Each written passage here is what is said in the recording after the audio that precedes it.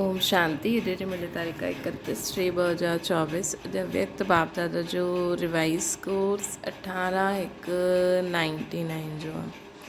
वर्तमान समय जे प्रमाण वैराग्य वृत्ति खे इमर्ज करे साधना जो वायुमंडल ठाहियो।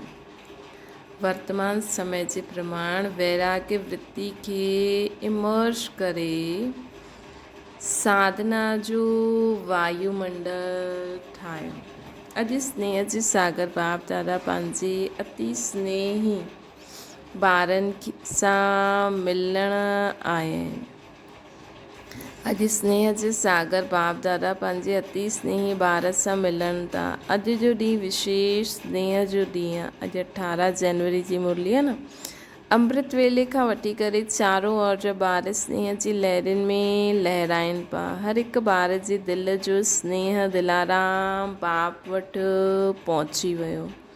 बाप दादा बि सभी ॿारनि जे स्नेह जे रिस्पॉन्स में स्नेह ऐं समृतपन जो वरदान पिया ॾियनि। अॼु बाबा असांखे असांजे स्नेह जे रिस्पॉन्स में स्नेह ऐं समृतपन जो वरदान ॾिनो अथई। अॼु जे ॾींहुं खे बाप दादा यज्ञ जी स्थापना में विशेष परिवर्तन जो ॾींहुं चईंदा आहिनि। अॼु जे ॾींहुं ब्रह्मा बाप गुप्त रूप में बैकबोन ठही पंहिंजे ॿारनि खे साकार रूप में विश्व जे रंगमंच ते प्रत्यक्ष कयनि। हिन करे हिन दिवस खे ॿारनि जे प्रत्यक्षता जो ॾींहुं चइबो आहे। त 18 जनवरी अर्थात ॿारनि जी प्रत्यक्षता जो ॾींहुं समृद्ध ॾींहुं चइबो आहे न। विल पावर ॾियण जो दिवस चइबो आहे। ब्रह्मा बाबा विल पावर ॾिनई न। निमित दादी ठहिया लेकिन बाबा चईमांसि सभिनि ॿारनि खे ॾिनो। ब्रह्मा बाप गुप्त रूप में कार्य कराइनि पिया। अलॻि न आहिनि, साथी आहिनि, सिर्फ़ु गुप्त रूप में कराइनि था। ये अव्यक्त दिवस ॿारनि जे कार्य खे तीव्र गति में लाइण जो दिवस आहे। हाणे बि हर हिकु ॿार जी छत्र छाया ठही पालना जो कर्तव्य करनि था। जीअं माउ बाप जे लाइ जीअं माउ ॿारनि जे लाइ छत्र छाया हूंदी आहे न, ईअं ई अमृत वेले खां वठी करे ब्रह्मा मां चारों तरफ़ जे ॿारनि जी देख रेख कंदी रहंदी आहे। साकार में निमित ॿार आहिनि लेकिन भाग्य विधाता ब्रह्मा मां हर ॿार जे भाग्य खे ॾिसी ॿारनि खे विशेष शक्ति हिम्मत उमंग उत्साह जी पालना कंदा आहिनि। शिव बाप त साथ में आहिनि ई लेकिन विशेष ब्रह्मा जो पालना जो पाठ आहे।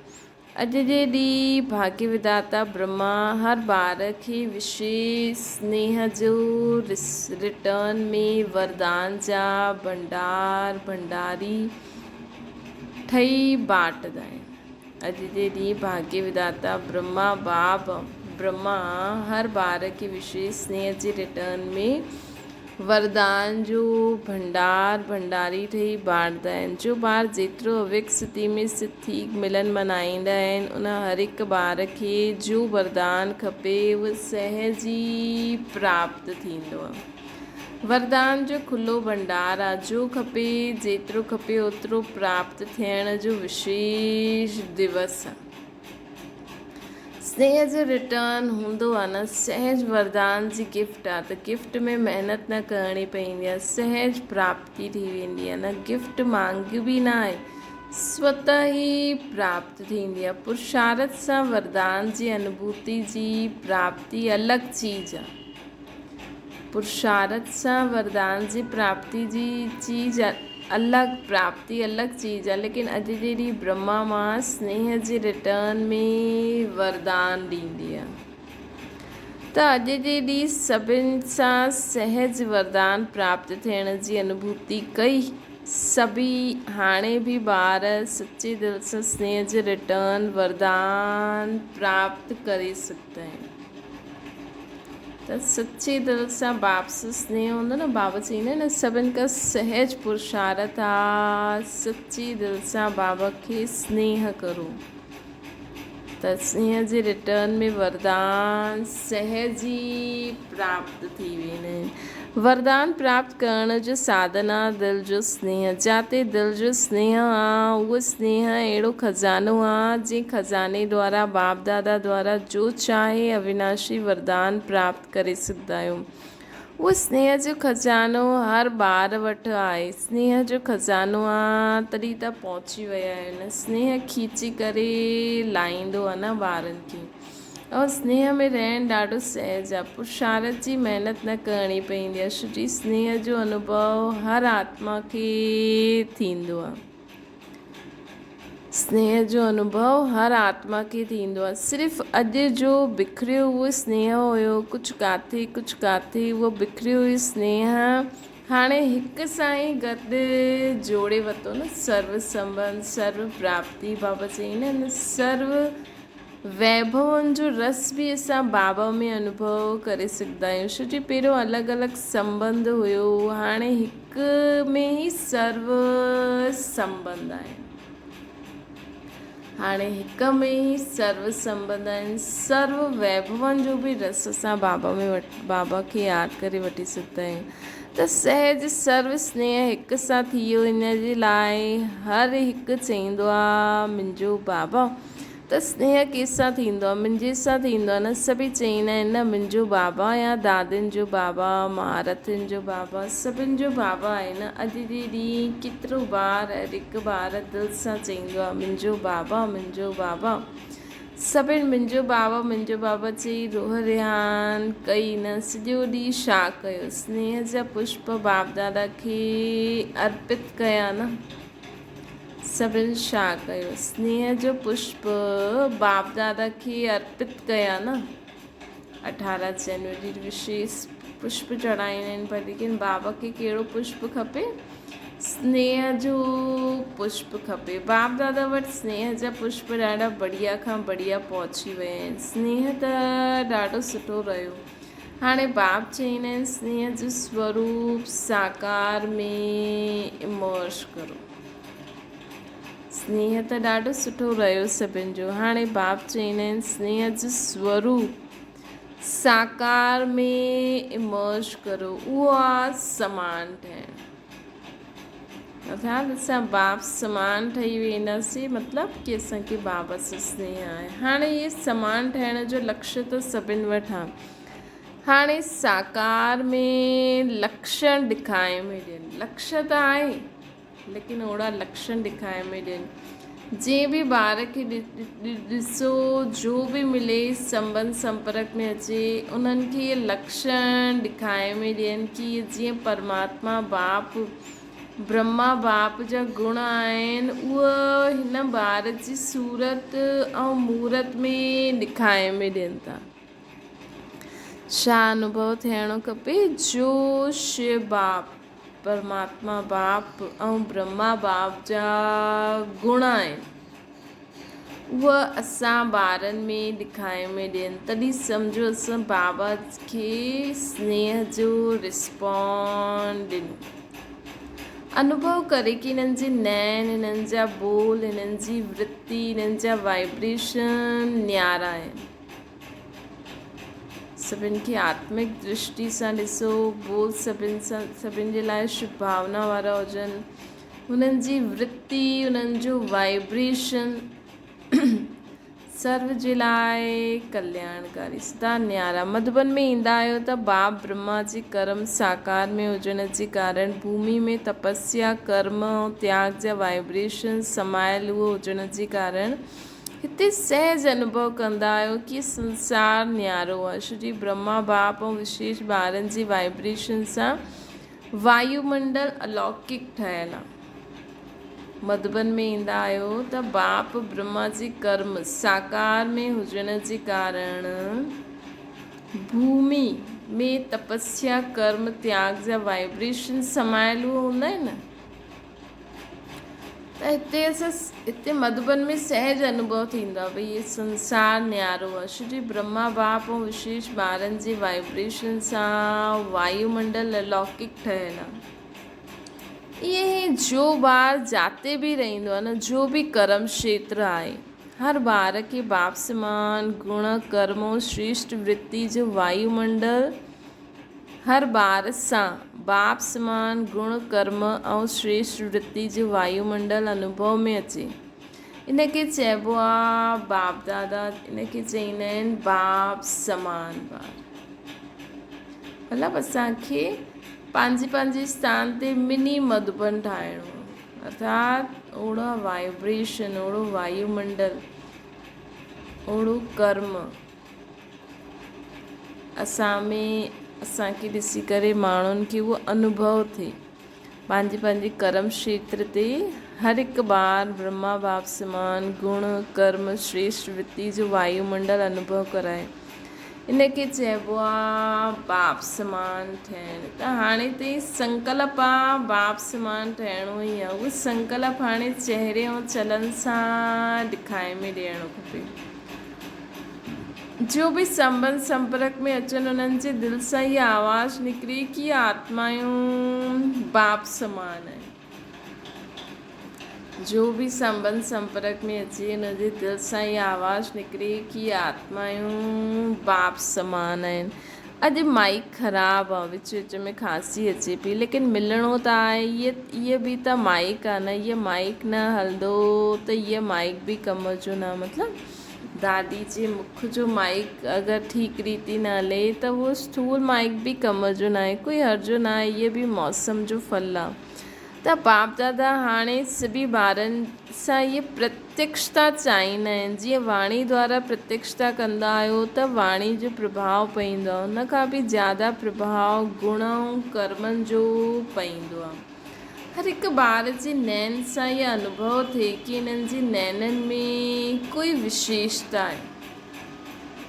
हर हिकु ॿार जे नैननि सां अनुभव थिए कि इन्हनि जे नैननि में कोई विशेषता आहे।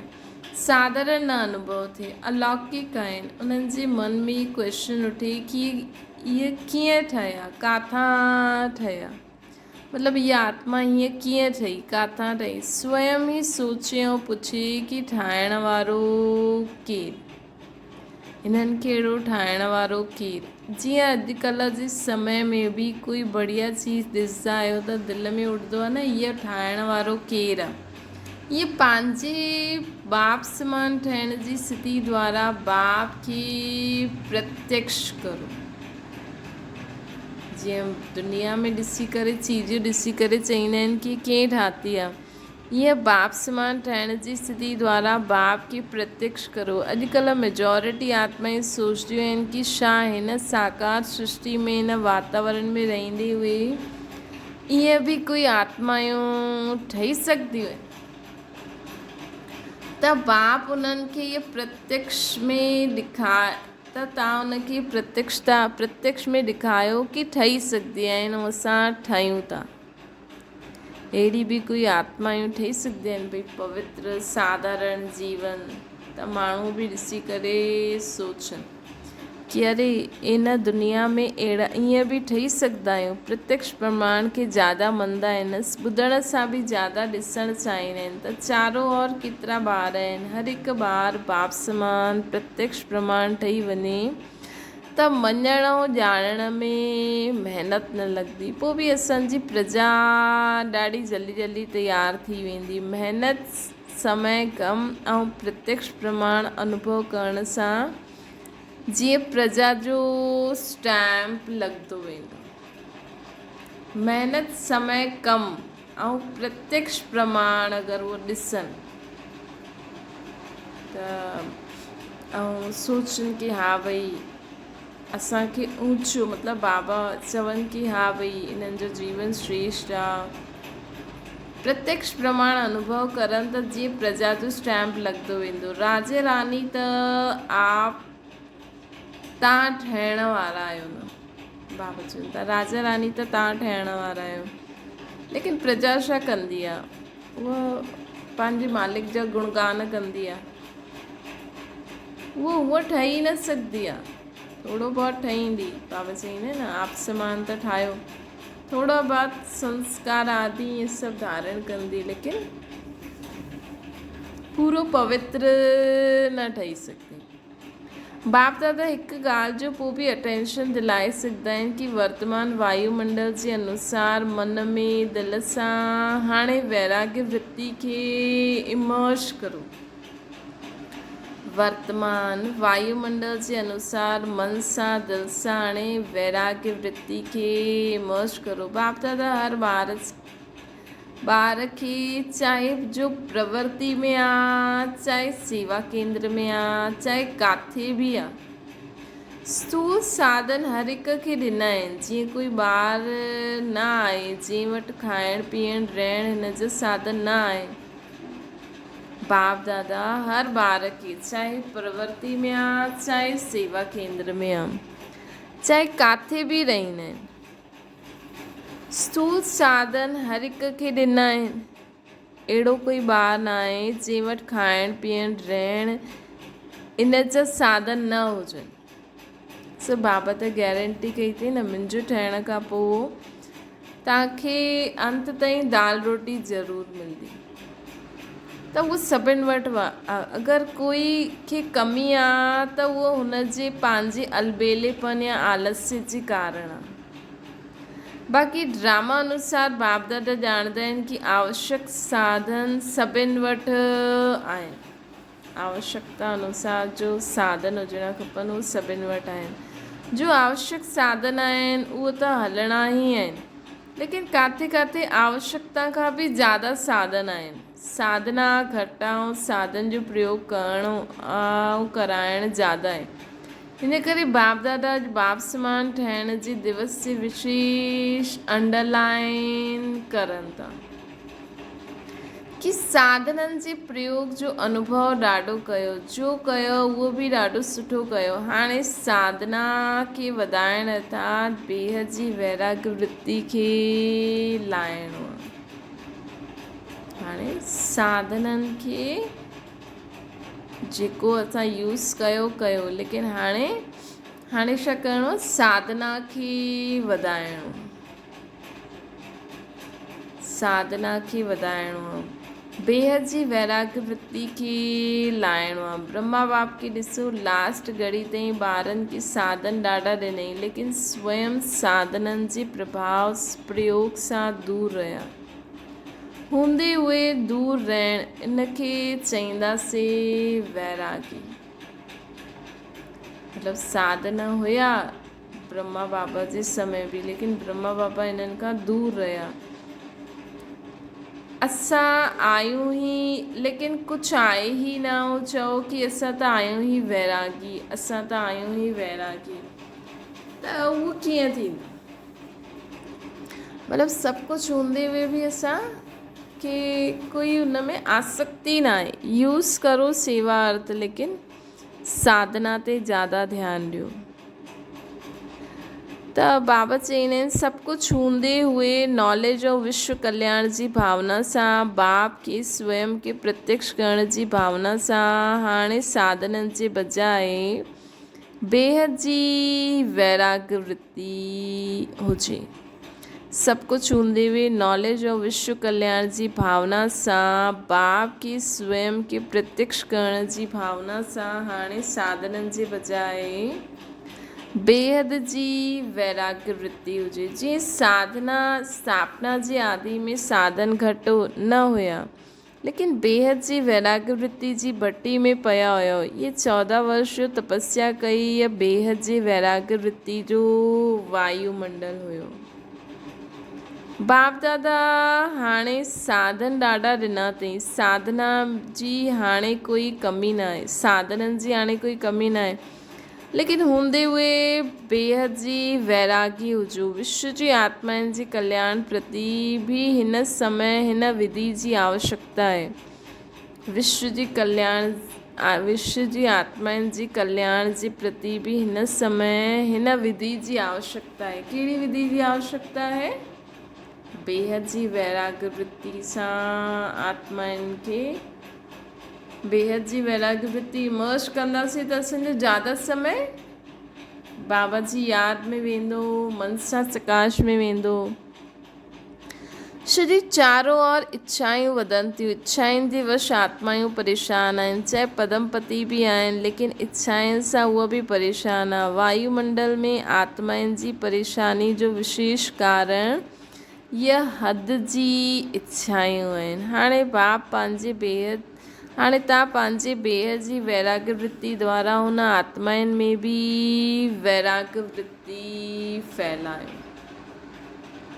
असां ई अगरि इच्छा रखंदासीं असां ईअं करो ईअं करो ईअं करो त माण्हुनि में बि उहो फैलंदियूं। उन्हनि खे पोइ पंहिंजी दुनिया जे हिसाब सां फैलंदियूं।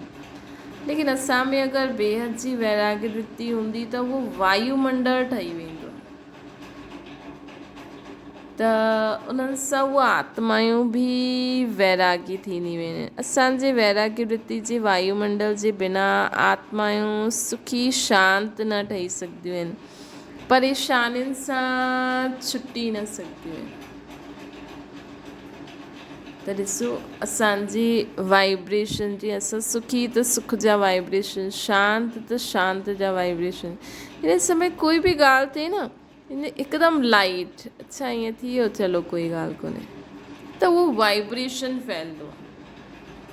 असांजे वैराग्य वृत्ति सां जे वायुमंडल जे बिना आत्मा सुख शांती आत्माउनि खे सुख शांती न मिली सघंदी आहे। परेशान सां छुटी न सघंदियूं आहिनि।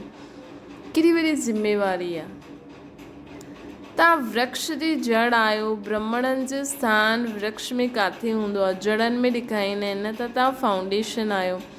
तव्हांजी लहर विश्व में फैलंदी। इन करे बाप दादा विशेष साकार में ब्रह्मा बाप समान ठहिण जी विधि वैराग्य वृत्ति जी तरफ़ विशेष अटेंशन दिलाइनि था। हाणे असांखे ब्रह्मा बाप समान विशेष वैराग्य वृत्ति जी तरफ़ बाबा असांखे अटेंशन दिलाइनि था। हर हिक सां अनुभव थिए कि साधननि जे वश न आहे, साधना में रहण वारो आहे। हूंदे हुए वैराग्य वृत्ति आवश्यक साधन यूज़ करो, लेकिन जेतिरो थी सघे उन्हनि सां दिलि सां वैराग्य वृत्ति सां साधननि जे वशीभूत थी करे न यूज़ करो। भई असांखे जो चीज़ ज़रूरत जी आहे उहो त खपे ई सही, लेकिन उन जे वशीभूत न थियो। उहो चीज़ उन ॾींहुं न बि हुजे, ख़राब बि हुजे, न बि मिले, त हीअं न असां पंहिंजे बाबा खे यादि ई न करे सघूं।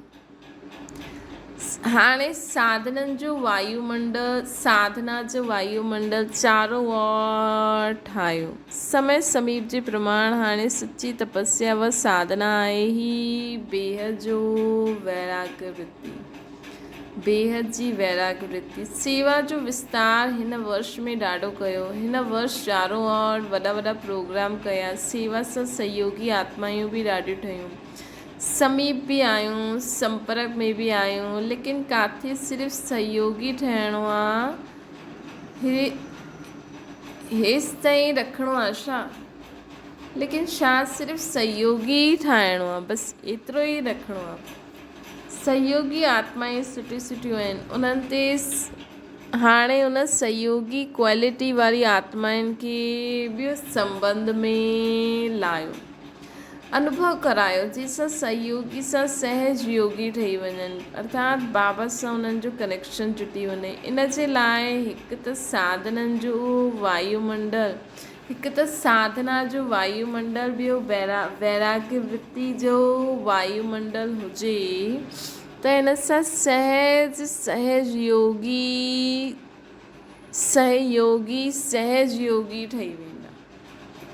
अगरि साधना जो वायुमंडल हूंदो, भई असां उन्हनि खे साधननि खे यूज़ करे असां उन्हनि खे संपर्क में त लायोसीं, लेकिन हाणे पंहिंजी साधना जो वायुमंडल ठाहियो, बेहद जी वैराग्य वृत्ति जो वायुमंडल ठाहियो, जंहिंसां उहा सहज योगी ठही वेंदा। उन्हनि जी सेवा भले कंदा रहो, लेकिन साथ में साधना तपस्या जो वायुमंडल आवश्यक आहे। उन्हनि जी सेवा भले करो, लेकिन साथ साथ साधना ऐं तपस्या जो वायुमंडल आवश्यक आहे। हाणे चारों ओर पावरफुल तपस्या करणी आहे। जो तपस्या मनसा सेवा जे निमित्त ठहे, त तपस्या असांजी मनसा सेवा जे निमित्त ठहींदी। अहिड़ी पावरफुल सेवा हाणे तपस्या सां करणी आहे। हाणे मनसा सेवा तां संकल्प द्वारा सेवा जी टचिंग थिए, उन जी आवश्यकता आहे। चारों ओर पावरफुल तपस्या करणी आहे। जो तपस्या मनसा सेवा जे निमित्त ठहे, अहिड़ी पावरफुल सेवा हाणे तपस्या सां करणी आहे। बाबा चवनि था हाणे मनसा सेवा तां संकल्प द्वारा सेवा जी टचिंग थिए, उन जी आवश्यकता आहे। समय समीप अचे थो, निरंतर स्थितियूं ऐं निरंतर पावरफुल वायुमंडल जी आवश्यकता आहे। बाप समान ठहिणो आहे त पहिरियों बेहद जी वैराग्य वृत्ति धारण करो। ये ही ब्रह्मा बाप जी अंत ताईं विशेषता ॾिठो न वैभवनि सां लगाव रहियो, न ॿारनि में। सभिनि खां वैराग्य वृत्ति थी वई। न वैभवनि सां लगाव थियो, न ॿारनि सां, सभिनि सां वैरागी थी वियो। त अॼु जे ॾींहं खे बाप समान ठहिण जो पाठ पक्को करो। अॼु जे ॾींहं जो खे बाप समान ठहिण जो पाठ पक्को करो। बसि ब्रह्मा बाप समान ठहिणो ई आहे असांखे। ब्रह्मा बाबा बि वैसे भी बाबा वैरागी हुया, लेकिन धीरे धीरे वैभवनि सां, ॿारनि सां ब्रह्मा बाप जी अंत में विशेषता ॾिठी। न वैभवनि सां लगाव, न ॿारनि सां, बसि ब्रह्मा बाप समान ठहिणो ई आहे। ये पाठ हाणे पक्को करो। अहिड़ो दृढ़ निश्चय अवश्य ई असांखे अॻियां वधाईंदो। अच्छा, अॼु कहिड़ी ॻाल्हि खे अंडरलाइन कयो? बेहद जो वैराग।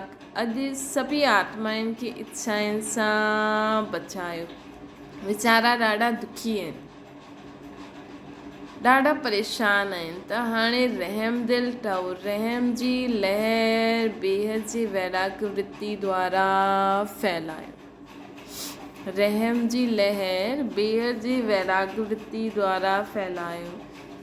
हाणे सभी ऊच ते ऊच परम धाम में बाप सां गॾु वेही सर्व आत्माउनि खे रहम जी दृष्टि सां ॾिसो।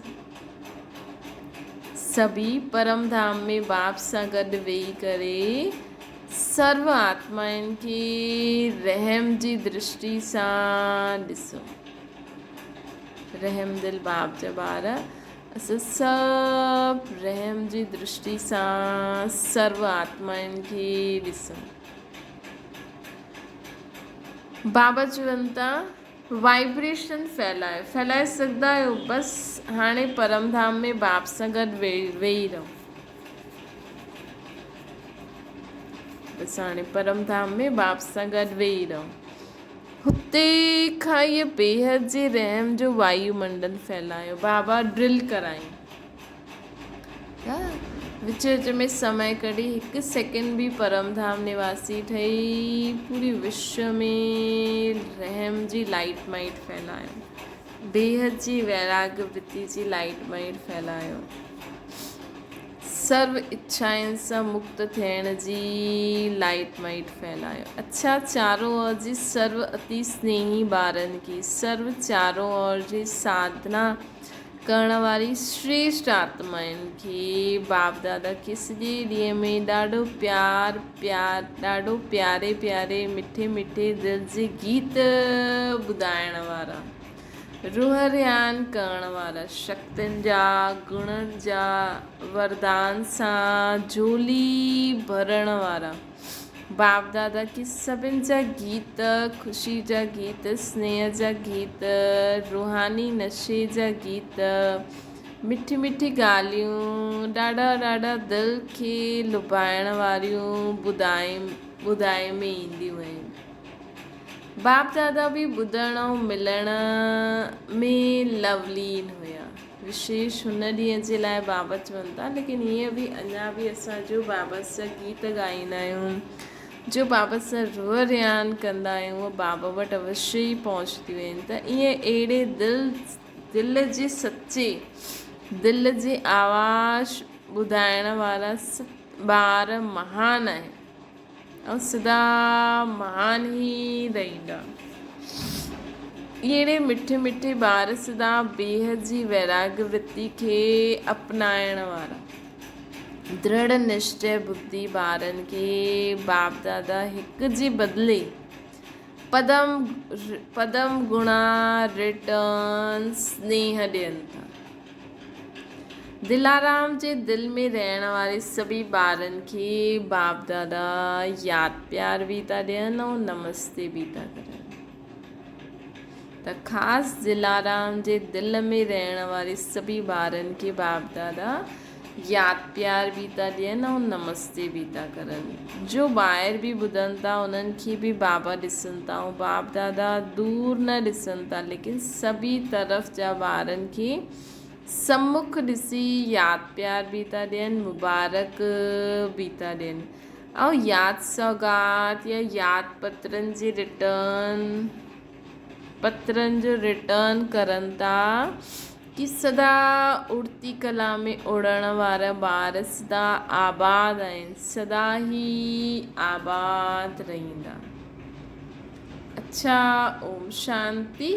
वरदाना श्री संकल्प जी शक्ति द्वारा सिद्धियूं प्राप्त करण वारा सिद्धि स्वरूप ठहो। तव्हां मास्टर सर्वशक्तिवान ॿारनि जी संकल्प में एतिरी शक्ति आहे जो जंहिं समय चाहियो उहो करे सघंदा आहियो ऐं कराए बि सघंदा आहियो। छो जी असांजो संकल्प सदा शुभ श्रेष्ठ ऐं कल्याणकारी आहे। त असां ॿारनि में एतिरी शक्ति आहे संकल्प में कि जीअं समय चाहियूं उहो करे सघंदा आहियूं, कराए बि सघंदा आहियूं। छो जी असांजे संकल्प सदा शुभ श्रेष्ठ ऐं कल्याणकारी आहिनि। जो श्रेष्ठ ऐं कल्याणकार जो संकल्प आहे उहो सिद्ध ज़रूरु थींदो आहे। जो सुठो ऐं श्रेष्ठ अर्थात सुठो ऐं सर्व जे कल्याण जे लाइ जो संकल्प हूंदो आहे न, उहो संकल्प ज़रूरु सिद्ध थींदो आहे। मन सदा एकाग्र अर्थात हिकु ठिकाने ते स्थित रहंदो आहे, भटकंदो न आहे। ऐं संकल्प कॾहिं कंदासीं जॾहिं मन सदा एकाग्र अर्थात हिकु ठिकाने ते स्थित रहे, भटके न, तॾहिं ई असां उहो शुद्ध संकल्प जो कंदासीं उहो पूरो थी सघंदो। जाते जॾहिं चाहे मन खे उते स्थित करे सघंदा आहियूं। केरु जेके ॿारनि में एतिरी शक्ति हूंदी आहे न, जेके सिद्धियूं, हिन करे सिद्धि स्वरूप स्वतः ठही वेंदा आहियूं। असां जॾहिं चाहे मन खे उते स्थित करे सघंदा आहियूं। हिन करे सिद्धि स्वरूप स्वतः ई ठही वेंदा आहियूं। स्लोगन आहे, परिस्थिति जी हलचल जे प्रभाव सां बचिणो आहे त विदेही स्थिति में रहण जो अभ्यास करो। परिस्थितियुनि जी हलचल जे प्रभाव सां अगरि असांखे बचिणो आहे, बाबा घड़ी घड़ी असांखे इहे ई चवंदा आहिनि कि विदेही स्थिति ई असांखे अंत में पास विद ऑनर्स कराए सघंदी। त परिस्थितियुनि जी हलचल जे प्रभाव सां बचिणो आहे त विदेही स्थिति में रहण जो अभ्यास करो। अच्छा, ओम शांति। बाबा खे यादि करो।